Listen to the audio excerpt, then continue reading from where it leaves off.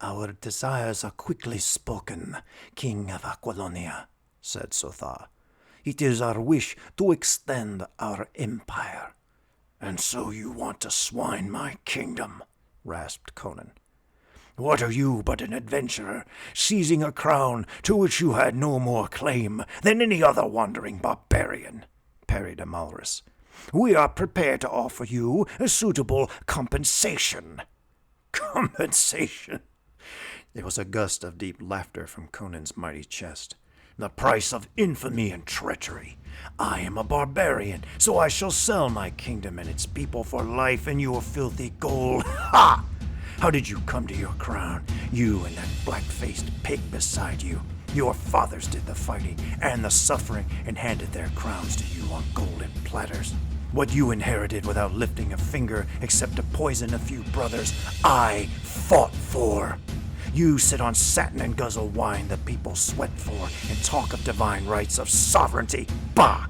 I climbed out of the abyss of naked barbarism to the throne, and in that climb I spilt my blood as freely as I spilt that of others. If either of us has the right to rule men by Crom, it is I."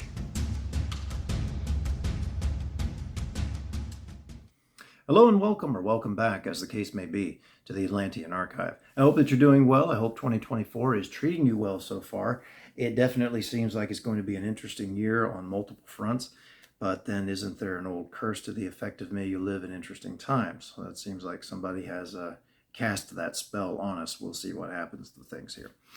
Speaking of casting spells and such, we go back to sword and sorcery tonight. We go back to Robert E. Howard, and we go back to Conan. Now, in a previous video that I made where I did a Robert E. Howard Conan review, I talked about the Tower of the Elephant. And I mentioned in that story that I have two particular favorite Robert E. Howard Conan stories. The Tower of the Elephant is one. The other is the Scarlet Citadel. That's the story we're going to talk about today. And I mentioned that these, in my opinion, are two great stories to use to introduce someone to Robert E. Howard and to his Conan fiction in particular, with the Tower of the Elephant probably being the first one that I would recommend. And that's for the simple reason that, as I went into in that video, it's a shorter story. It has a strong laser-like focus on what's going on there. It's got a small cast of characters. It moves very steadily. You've got a lot of adventure elements in it. You've got an interesting twist that takes the story just in a completely different direction than where it starts. You still, even though in spite of the fact that it is a shorter story and it does have a small cast, just mainly Conan himself for most of it, you still get enough description and local color to give you some background. You get some insights, as I went into in that video, into who Conan is, and behind that, who Robert E. Howard was as well. And I think those things are fascinating. I think that, as an example of some of Robert E. Howard's best writing and some of his very best Conan stories, will get somebody a good foot in the door if you're trying to get them interested in that. So that's the one I would tend to recommend first. The second one would be the Scarlet Citadel.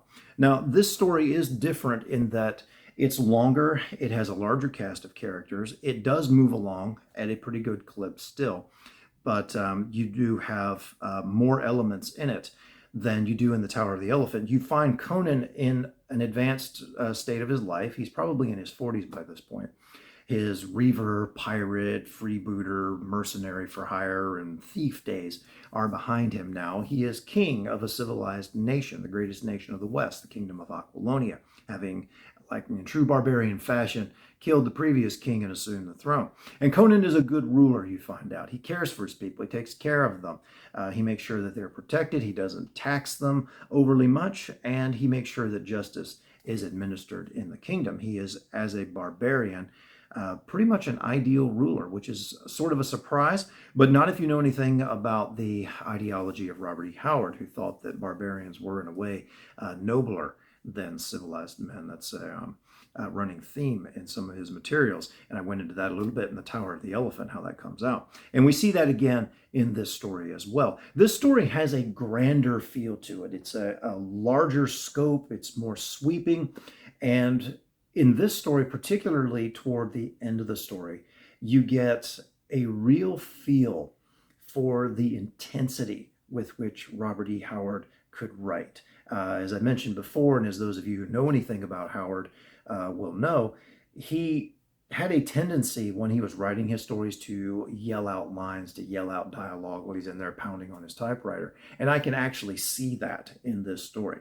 This was pretty early in the Conan canon, if you want to put it that way. He had just started with this character. He was getting some good response to it.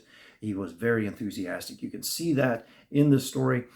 You also get a lot of appreciation for just how much thought Robert E. Howard put into these stories, how much research he had done into various aspects of ancient cultures and medieval cultures as well, for that matter. How much research he had done into the Celts and the background of those nations, how much research he had done into the history of warfare and that sort of thing. All of that comes out. You get a real appreciation for that, as well as some more of Robert E. Howard's ideology. The contest between barbarism and civilization. All of that is in here. So if you're looking to introduce somebody to Conan, again, my recommendations first, probably The Tower of the Elephant, and then moving on to this story, you get, again, a great example of what Robert E. Howard does best, and especially on a larger scope with this story. So at this point, as I mentioned, Conan is a seasoned ruler at this point. His wild days are behind him. He has responsibilities as a king. As we saw in The Phoenix on the Sword, I also did a review on that story. Conan is not entirely happy with his position as king. There are certain things that he didn't anticipate. He thinks the population is somewhat ungrateful. He's having difficulty with day-to-day administration type tasks when he would rather have a sword in his hand, be out fighting somebody. But he's doing the best he can with it, and he feels a strong sense of obligation to his people. Now, you can see also his character in this story in that Conan has cultivated allies with some of the nation states around it. As the story opens up, he has gotten a request from a king named Almirus of Ophir to come to his aid. He is being attacked by King Strabonus of the kingdom of Koth, and he's asking for Conan's help. So Conan rides out with 5,000 of his Aquilonian knights, only to find himself in an ambush. It turns out that Almirus and Almirus and Strabonus are in league against him. They have lured him into a trap. Conan's knights are all slaughtered, and then the story starts off. Actually, we find Conan standing in the middle of the battlefield surrounded by bodies, which is not, a situation that's entirely alien to him. We find him in that kind of situation in other stories as well. He's the last man standing on the battlefield. Amalrus and Strabonus approach him, and also with them is Sotha-Lanti. This is an evil wizard, a dark wizard, whom they have in their, not in their employ, I would say, because he gives the marching orders more than anybody else, but he is in league with them in the power games that they're playing. So they bring him along as well. And they confront Conan, try to take him peacefully. That's not going to happen. So Sotha-Lanti, using his sorcery, enables them to capture Conan without losing their heads. They drag him back to the city of Korshemish, which is where Sotha-Lanti has his fortress, his Scarlet Citadel, where he carries out all sorts of things. And the kings there have a conference with Conan. And at the very beginning of the video, I did a reading of part of the story, so you get a little bit of a picture of what's happening there. Effectively, Conan is an outsider. He is, in their estimation, a usurper. He does not belong in the club of nobles from this part of the world. He's the barbarian from the far north. He doesn't have any right to the Aquilonian crown. He just took it by force. He is not a member of this elite good old boys club, and they want him out. And they're interested in trying to make this as bloodless as possible, obviously for their own sakes. They could simply kill Conan and storm Aquilonia, but they want to take it peacefully. They want to take it in one piece, if at all possible, and save themselves some hassle. So they try to talk Conan into giving up nicely. They offer to give him some gold. They offer to put him on a horse, suitable compensation, as they're told, and as I read in that part of the story. And they'll take him escort him to the borders of their territory, set him on a horse, and say, bon voyage. And Conan's not having any of this. He has fought for this crown, and he's not going to give it up, and he's not going to just hand his people over to this band of cutthroats. And again, you see that element of nobility, the noble savage, the noble barbarian that we have here in King Conan, who is not just going to trade his people for some gold and, a horse to go off wherever he wants. He's taking his responsibility as a ruler seriously. So you get that insight into his character. And you also get, again, some insight into how Robert E. Howard viewed the clash of barbarism and civilization. Civilization, in Howard's view, and as I went into in previous videos, is inherently corrupt, or at least inherently more corruptible than the barbarian lifestyle. And you see that illustrated by these kings. They are from a long line of rulers. They're pompous, they're spoiled, as Conan tells them themselves. Your fathers fought for these kingdoms. They're the ones who bled and suffered. They handed all of this to you on a golden platter, and now you just sit back and talk about the divine right of kings and sit fat and sassy and collect taxes from your people and all this sort of thing.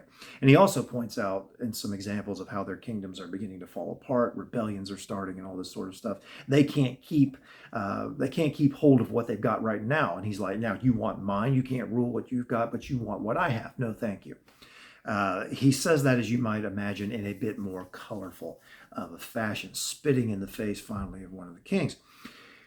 And again, Howard just shows us that you have this inherent corruption in ruling elite classes. That's an interesting recurring theme throughout all of his stories, and the Conan stories in particular. Well, not all of his stories, but mainly these kinds of adventure stories where they're set on a scale like this. So they, not liking Conan's response, throw him into a dungeon. Howard puts Conan in the dungeon there at the Scarlet Citadel. He's not killed outright. He's chained to the wall down there in a deep, dark part of the dungeon. And he's going to be left to rot. And then one of the servants in the establishment comes down there, and he's going to, at first Conan thinks he's going to free him, and he actually says to Conan, what will you give me to free you? And Conan promises him a great gift, and he says, no, I want more. And Conan promises him something else, and he says, no, that's still not more. Conan gets angry with him at this point, and we find out that Conan, when his pirate days, was responsible for the death of this guy's brother. And he's come seeking revenge. He's about to kill Conan when he himself is killed by this enormous guardian serpent in the dungeon there. It's one thing that Robert E. Howard liked to use in his stories, was giant snakes. So the guy's got the keys on him. He's to the cell, to Conan's manacles. He is killed by the snake and drug off where the thing can feed on him. Conan gets a hold of the keys and frees himself, and he takes off. And this is a well-done part of the story. Robert E. Howard had some descriptive prowess when he chose to slow things down a little bit and really immerse the reader in a situation. He could do it quite capably. Here you really get a feel for a place where people are sent to endure unspeakable tortures and madness. In darkness, there's all kinds of crazy creatures. There's things that scream laughter. There's red eyes that look at you from the dark. Conan is going through with a torch and a sword. And you get the sense that as brave as he is, as fierce as he is, you know, he's not one to flinch from a fight. He won't get out of the way of something that's coming at him necessarily. But he's also not looking for a fight with this kind of stuff if he doesn't have to take it on. So he's going through the dungeon there, and he comes across another captive who is connected to this, or imprisoned, I should say, by this plant, this devilish type of plant, you might want to think of it, that's basically sucking the life out of this guy. It's keeping him alive and feeding on him at the same time. Now, this man's name is Peleus. Conan chops up the plant, he frees Peleus, and he finds out that Peleus is a wizard who was a rival of Sotholanti. And Sotholanti imprisoned him here. He's got him set up in this fate worse than death. And Peleus, as you can imagine, is wanting some revenge. He partners with Conan, and Conan's not sure what to make of him. He's very skittish when it comes to wizards and sorcerers in general. Again, as brave a guy as he is, he has a healthy respect for what magic can do. And he stays out of messing with it if he doesn't absolutely have to. And he's not sure what to make of Peleus. Peleus seems like he's half out of his mind. And he thinks, well, maybe this is because probably because he's been in such a horrible, hellish predicament for several years now, as Peleus tells him. So maybe this has driven him, out of his mind. Or maybe he's a dark wizard himself, and Conan is like, should I be in league with him? Should I just cut his head off here, run him through with my sword, kill him, be done with him, and take a chance on my own? Exactly what should I do? So needless to say, long story short, he follows Peleus out, and they do escape the dungeons, and Peleus agrees to help him take down the kings and the evil wizard Sothalanti, in which he will also exercise his own right to revenge. And then we move into the last part of the story where Conan returns. And this is one of the parts, again, where Robert E. Howard demonstrates just how good of a writer he could be.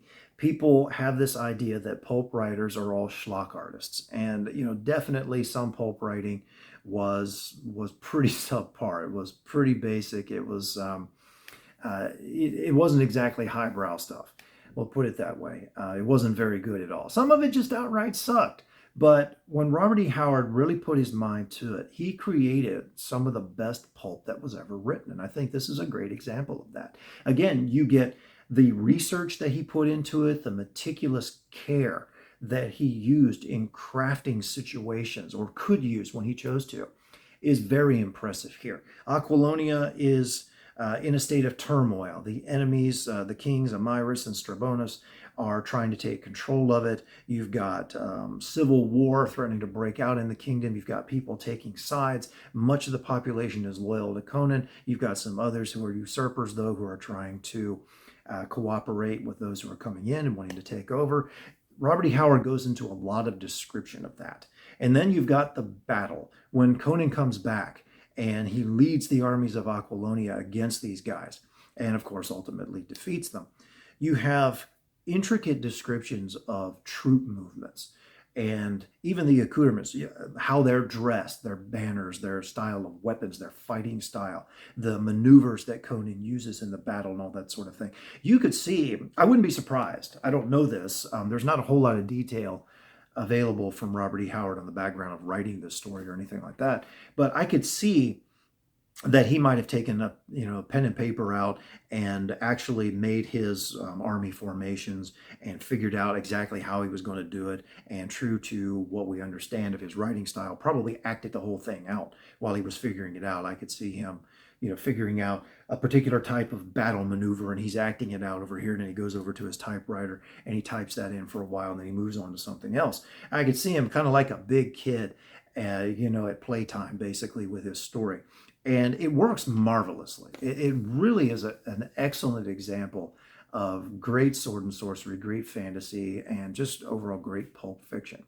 So again, if you're looking for a story that you want to get somebody into to give them the best of what Robert E. Howard put out, the best of Conan, this is one of my top recommendations, right behind the Tower of the Elephant. So you get some really good Conan moments in there, some great Conan lines, some great atmosphere, great battle scenes, great description. Overall, again, some of the best stuff that Robert E. Howard ever packed into what is truly an epic, sweeping story. He would revisit this later on, or at least many of the same themes, in the only Conan novel he ever wrote, The Hour of the Dragon, which he wrote for a British publisher. It turned out not to be published. But that story is also one of his very best efforts. He goes into a lot more detail, takes similar things, similar elements from the Scarlet Citadel. It's in many ways a very, it follows the same kind of ideas, but with a whole lot more embellishment. And you get different characters. It has a very large cast of characters, some kind of a MacGuffin that they're pursuing through the story. There's the 10,000-year-old vampire Akavasha, which was an interesting character that he added into that, as again Conan's trying to escape from a dungeon. So you've got a lot of elements that came back up in that. The Hour of the Dragon, again, a really good Conan story, but maybe start with this one. It's less of a time investment if you're trying to get somebody into Howard and into Conan. This would be a great place to start. Now, one other thing I'll mention at the very end of this video, going into February here, February is my birthday month, I'll be turning 51. And I thought I would do something a little bit kind of special for that month. As many of you may know, if you follow the channel for a while, I don't mention it often because I hate self-promotion. I suck at it and I just don't like to do it. But I do have it in my video descriptions, and I have made one video on it specifically. I'm a writer as well as a reader and a reviewer. I've written an old school retro style vampire novel, something very much along the lines of what you would have found on bookshelves in the 70s and the 80s and up to the mid 90s. If you're interested in that kind of thing, you might want to check that out. It's called Descendant Darkness. The story is very reminiscent of not only those old kind of horror stories there, but specifically for those of you who enjoyed the 1979 Salem's Lot, Dark Shadows, Kolchak the Night Stalker, that kind of thing. If you're into that sort of stuff, you may enjoy this story.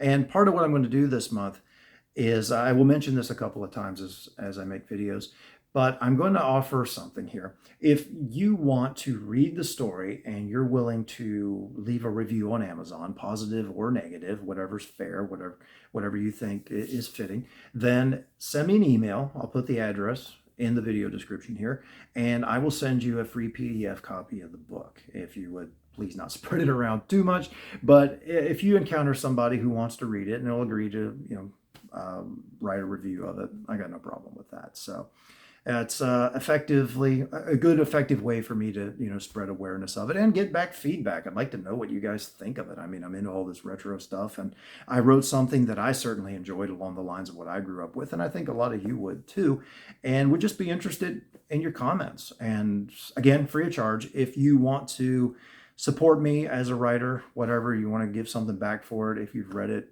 and you liked what you read, then, buy a copy of it. It's available on the paperback Kindle, and, you've been helping me out that way too. So I wanted to mention that. I don't go into too much of my own writing on here just because I hate self-promotion, but going into February, I thought I'd do something kind of fun for my birthday time there. So anyway, thank you for watching. And if you did like this video, I'd ask that you would give it a like to help it be more visible. Consider subscribing to the channel. Share the content with someone else that you think might be interested, or if you just happen to want to annoy them. And until next time, God bless. Many wars and feuds did Conan fight. Honor and fear were heaped upon his name. In time, he became a king by his own hand.